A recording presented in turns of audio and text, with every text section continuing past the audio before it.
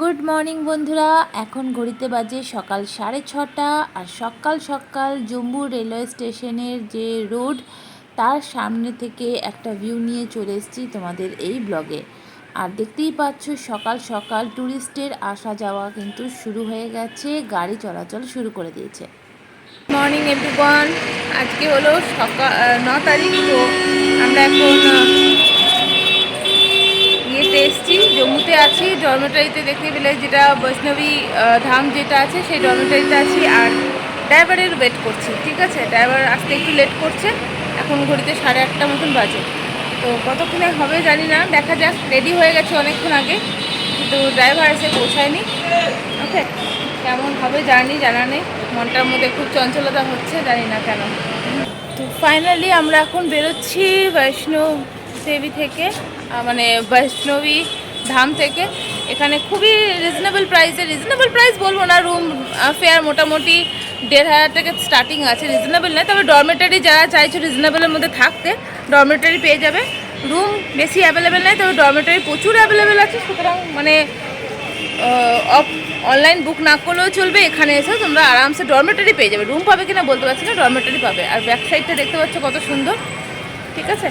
তো মাত্র এখান থেকে 300 মিটার হবে স্টেশন থেকে, এরকম একটা পজিশন। খুব সুন্দর জায়গাটা, আর ঠিকঠাক ছিল, neat and clean, bathroom clean ছিল, খুব একটা খারাপ না। মানে ঘন্টা কী বল 6-7 ঘন্টার জন্য স্টে করার জন্য পারফেক্ট জায়গা আছে। হ্যাঁ, আর তারপরে সবথেকে মেন হলো যে স্টেশন থেকে বেরিয়েই এটা আছে। আর স্টেশন আছে মানে হয় না মাঝরাত্রে বেরিয়ে কোথায় যাব, কোন হোটেল যাব, একটা টেনশন থাকে। এইটা সবথেকে পারফেক্ট। চলে আসো, 2 ঘন্টা 3 ঘন্টা রেস্ট নাও, নিয়ে বেরিয়ে যাও। তো আমাদের ড্রাইভার আসতে যেহেতু লেট করছে, তাই জন্য একটু অসুবিধা হচ্ছে। দেখা যাক কতক্ষণে আসে। তো ফাইনালি আমাদের গাড়ির ড্রাইভার চলে এসছে, গাড়িও চলে এসছে। তো মালগুলো এবার ওপরে তোলা হচ্ছে। এবার আমরা রওনা দেব শ্রীনগরের উদ্দেশ্যে। এখন ঘড়িতে মোটামুটি বাজে ওই 9:30 মতন। তো ফাইনালি আমরা জার্নি স্টার্ট করে দিয়েছি কাশ্মীরের উদ্দেশ্যে। শ্রীনগর যাচ্ছি এখন। আর এখন ঘড়িতে বাজে 9:30। একটু লেট হয়ে গেল, একটু গাড়ি আসতে দেরি করলো, তো লেট হয়ে গেছে। তো যাই হোক, কোনো ব্যাপার না, পৌঁছে গেলেই ভালো। আর টেনশন হয়, যথাযথ টেনশন হয়, কিন্তু যখন দেখবে জার্নি স্টার্ট হয় তখন সব কিছু ঠিক হয়ে যায়, তাই না? তো চলো, তোমাদেরকে ঘুরিয়ে নিয়ে আসি আমার সঙ্গে সঙ্গে কাশ্মীর। দেখা যাক ট্রিপটা কেমন হয়, সব কিছু তোমাদের সঙ্গে শেয়ার করবো। ওকে, জম্বুজু কি সুন্দর করা।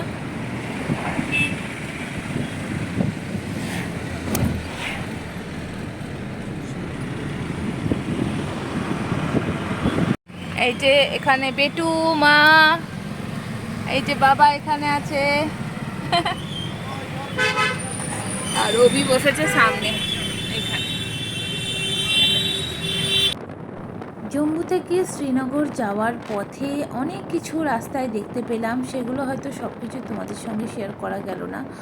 আর সব থেকে বড় ব্যাপার হলো যে আমরা বৈষ্ণব দেবী প্রণাম করলাম, কারণ রাস্তা থেকে মায়ের যে মেন টপ চূড়াটা সেটা কিন্তু দেখা যাচ্ছিল। তো আমাদের যে ড্রাইভার ভাই সেই জায়গাটা দেখিয়ে দিল, তো আমরা রাস্তা থেকে মাকে প্রণাম করে নিলাম। আর আমরা এখানে একটু দাঁড়ালাম ক্যাশ উইথড্র করার জন্য, কারণ সিম চেঞ্জ হওয়ার জন্য আমাদের কিন্তু জিপে এখানে কাজ করছিল না। এটা মোটামুটি কাতরাতে চলে এসেছি। কাতরাতে এসে আমরা এটিএমে ক্যাশ তুললাম, কারণ এখানে ওই যখনই আসবে নিজের যেটা গুগল পে সেটার কি বলে পোস্টপেড করিয়ে আসবে, কারণ নাহলে খুব ফোনপে করতে অসুবিধা হচ্ছে। তো ক্যাশ নিয়ে নিলাম। কাশ্মীর আসলে একটা জিনিস মনে রাখবে যে ক্যাশ দরকার। ক্যাশ মানে কাশ্মীর, ঠিক আছে। ক্যাশ সবসময় রাখবে, কারণ যেহেতু ফোনের অদল মানে সিমের উদল বদল হয়ে যায়, অনেকের ব্যাংক ট্রানজ্যাকশানের প্রবলেম হয়, এই হয়। প্লাস কি শুধু এটিএমের ভরসা, ক্যাশ তাই জন্য মানে ক্যাশও অনেক সময় অ্যাভেলেবেল থাকে না। তো সেই জন্য বলছি সবসময় ক্যাশ রাখবে, অ্যাভেলেবেল থাকবে, ঠিক আছে। তো আমরা এখন একটু তুললাম। আর এটা হলো কাতরা থেকে বেরিয়ে এসেছি। কিছুটা কাটরা থেকে বেরিয়ে আসার পর এখন আমরা লাঞ্চ করব। আর এই জায়গাটা দাঁড় করানো হয়েছে, জায়গাটার নাম আমি ঠিক জানি না, তাই তোমাদের জানাতে পারছি না। তো এই ধাবাটাতে আমরা এখন খাবো। ফাইনালি খেতে বলছি, এখানের থেকে ভালো খাবার নাকি নেই, তো এখানে খাবো।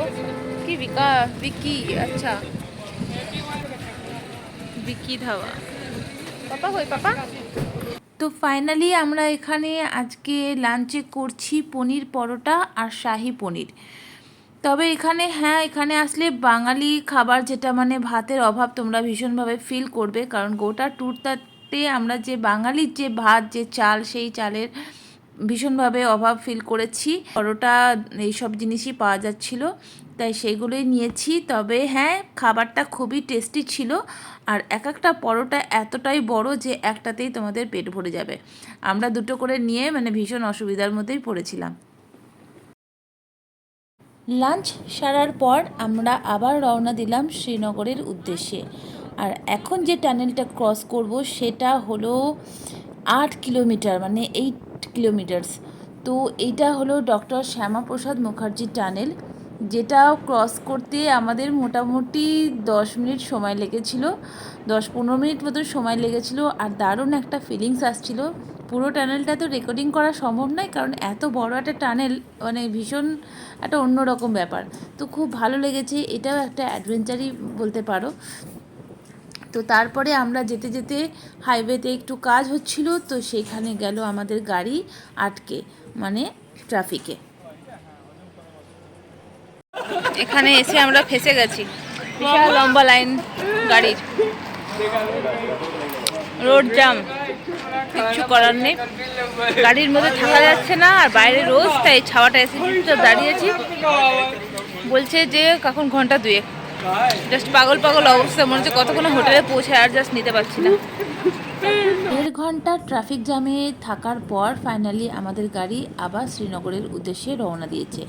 আর তখন থেকেই ওয়েদারটা একটু তো জোরে বৃষ্টি পড়ছে, দেখো গো। ওয়েদার ভীষণ খারাপ করে গেছে, একদম ঠান্ডায় কাঁপছি।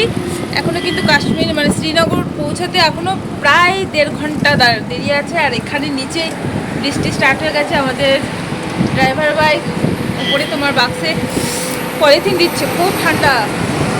বৃষ্টিটা পড়ছে না, ঠান্ডাটা একদম অবস্থা মনে হচ্ছে খারাপ হয়ে যাবে।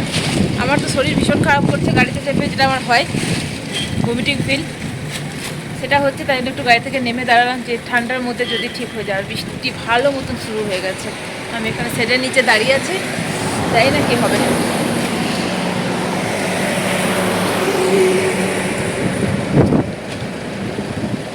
আহারে আমার বর ভিজে গেছে বৃষ্টিতে একদম। এই তো বড় বড় ফোঁটা পড়ছিল মাথায়। ভাইয়ার সঙ্গে কাজ করতে করতে আমার বর দেখো কি ভিজে গেছে। হ্যাঁ তুমি যাও। ও ঝম ঝম ঝম ঝম ঝম ঝম গেল, টিপ গেল নাকি রে বাবা, দিতে পারি রে বাবা। পাহাড়ে বৃষ্টি দেখো ঝমঝম করে পড়ছে, কুয়াশা কুয়াশা তো লাগছে। 20 মিনিট মতন বৃষ্টি হওয়ার পর ফাইনালি বৃষ্টি খতম। আর এখান থেকে শুরু হয়ে গেছে শ্রীনগরের যে আসল ভিউ। এত দুর্দান্ত ভিউ, মানে দেখে চোখ সরানো যাচ্ছে না। আমার তো রেকর্ডিং অনই ছিল, তো ড্রাইভার ভাই বললো এখন কি দেখছো, এরপর থেকে আরও ভালো দেখবে। যাই হোক, এটা দেখে আমার মনে অনেক ভালো হয়ে গেছে। আর যেহেতু বৃষ্টির ওয়েদার ছিল, চারিদিক এত সুন্দর লাগছিল, মানে সব কিছু নোংরা টোংরা ধুয়ে একদম সবুজে সবুজে ভরে গেছে। আর চারিদিকে তোমার সর্ষের ক্ষেত, হলুদ সবুজ মিলে একটা দুর্দান্ত একটা ভিউ আসছিল। সামনের মাউন্টেনগুলো সেইভাবে আসেনি, কারণ কি মেঘলা মেঘলা ছিল, দেখতেই পাচ্ছ কুয়াশা টাইপের হয়ে আছে। তো মাউন্টেনে তোমার স্নো পিক দেখতে আরও যেন মানে মানে কি বলবো, আমি এক্সপ্লেন করতে পারছি না, এত সুন্দর লাগছিলো দেখতে। সেটা ক্যামেরায় অতটা ধরা পড়েনি। তো যেতে যেতে এই রাস্তাটা ভীষণ এনজয় করেছি, ভীষণ। এত সুন্দর বাইরের ভিউটা ছিল, এত ঠান্ডা হাওয়া লাগছে, ঠান্ডা লাগছে যথারীতি, যেহেতু বৃষ্টিটা হয়ে গেছে। অলরেডি আমরা শ্রীনগরের দিকে অনেকটা এগিয়ে গেছি, কিন্তু ভিউটা এত ভালো যে গাড়ির কাঁচটা আমার বন্ধ করতে বিন্দুমাত্র ইচ্ছা করছিল না। দুর্দান্ত ভিউ লাগছিল, পুরো রাস্তাটা ভীষণভাবে এনজয় করতে করতে গেছি।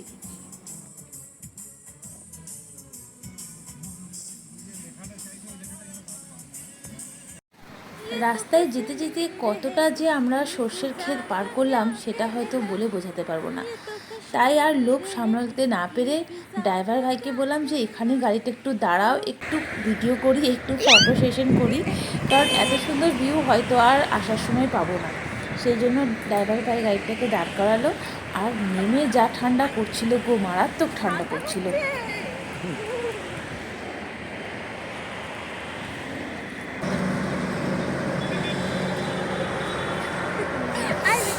না থাক।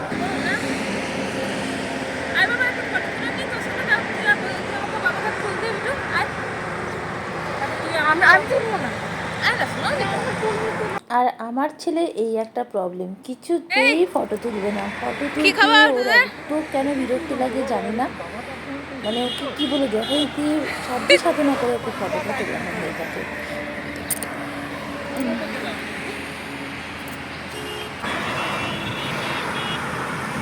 মনে রাখ থাকলে আমরা এখন কাশ্মীরের হাইওয়ের উপরে, আর কিছুক্ষণ 1 ঘন্টার পর আমরা কাশ্মীর শ্রীনগর। ও ঠিক আছে, কাশ্মীরে দেখেছি শ্রীনগর, মানে পৃথিবীর মধ্যে আছি আমরা এখনো, ভূস্বর্গে এখনো পৌঁছাইনি। আমরা পৃথিবীর মধ্যেই আছি। আচ্ছা, দেখে গাড়ি যাচ্ছে। শ্রীনগরের কাছাকাছি যেতে যেতেই আমরা এখানে অনেক কিছু ড্রাই ফ্রুটসের দোকান দেখতে পেলাম।